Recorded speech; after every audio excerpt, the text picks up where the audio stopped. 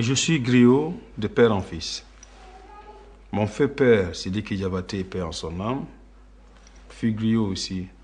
Donc cette tradition, comme j'ai dit, depuis le XIIIe siècle jusqu'à nos jours, elle a été suivie de père en fils, de père en fils, de père en fils, de père en fils. Et j'ai pu quand même éventuellement donner une ouverture par la grâce de Dieu à la Kora, tout en démontrant, parce que moi je ne voulais pas, depuis à l'enfance, quand j'ai commencé à jouer à la Kora à l'âge de 5 ans, je n'ai pas eu de maître, je n'ai pas eu de professeur.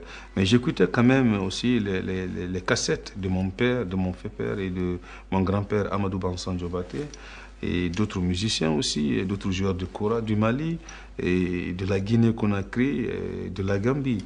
Mais éventuellement, j'écoutais aussi des orchestres comme les ambassadeurs du motel, le Rai Band.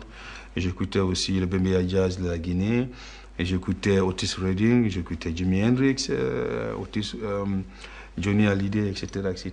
Donc j'ai pensé qu'il faudrait ouvrir une porte universelle pour la Kora et que les gens arrêtent aujourd'hui d'écouter la musique de la Kora en disant oui, ça c'est une musique classique de la Kora, c'est très bon. La musique de la Kora est une musique classique, c'est très bon, mais je veux aujourd'hui que les gens jouent avec cette musique de la Kora.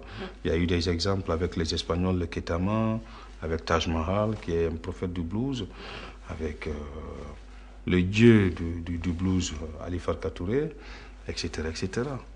Et moi, je trouve que la Kora est un instrument très bien, avec une sonorité sensationnelle. Vous pouvez voir cette technique de jouer la Kora qui a ces 3 fonctions, qui est de faire la basse, l'accompagnement et le solo à la fois. Je vais vous donner un exemple. Je commence par la basse. Je joue par exemple le morceau Jarabi et voici la basse.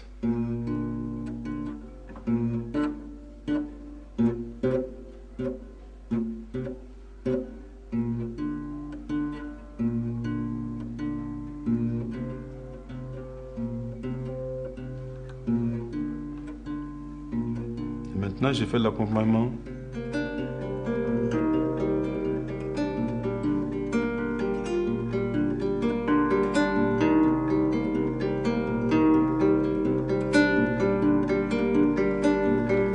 Et j'improvise.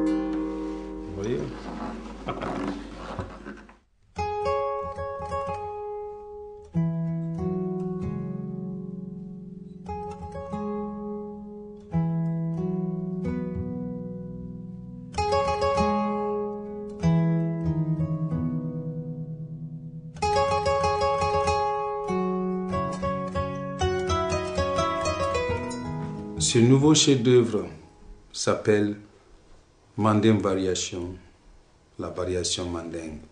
C'est une continuité de mon premier album, Kaira, que j'ai fait depuis 20 ans. J'ai eu des expériences avec Danny Thompson, avec Ketama, avec Damon, avec Björk, avec Salif Keita, avec notamment Roswell Rude. Je suis très content et très fier aujourd'hui du travail des joueurs de Kora. La Kora est devenue un instrument multidimensionnel. Mandingue Variation est une continuité de ce que j'ai eu, ces 20 ans d'expérience ensemble, que vous pouvez constater avec notamment le passé qui rencontre le présent pour le futur. Dans la mesure où j'ai pris des chansons qui datent de 100, 200, 300, 500, 700 ans et je les ai fait jouer sur des gammes d'aujourd'hui ou des gammes anciennes qui n'étaient pas connues, ou la kora, où c'était des chemins tout à fait nouveaux pour la kora. Et il m'est arrivé aussi de composer des chansons que j'ai adopté des arrangements d'antan, ce qui signifie une rencontre du passé et du présent pour le futur.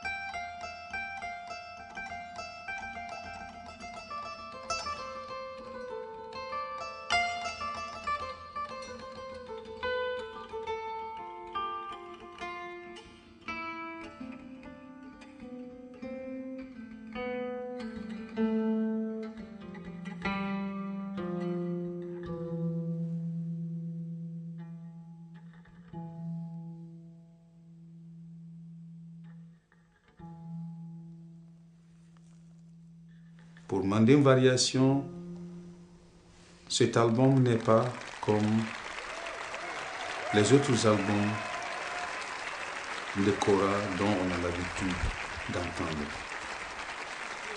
C'est une nouvelle porte qui vient d'être ouverte pour la kora.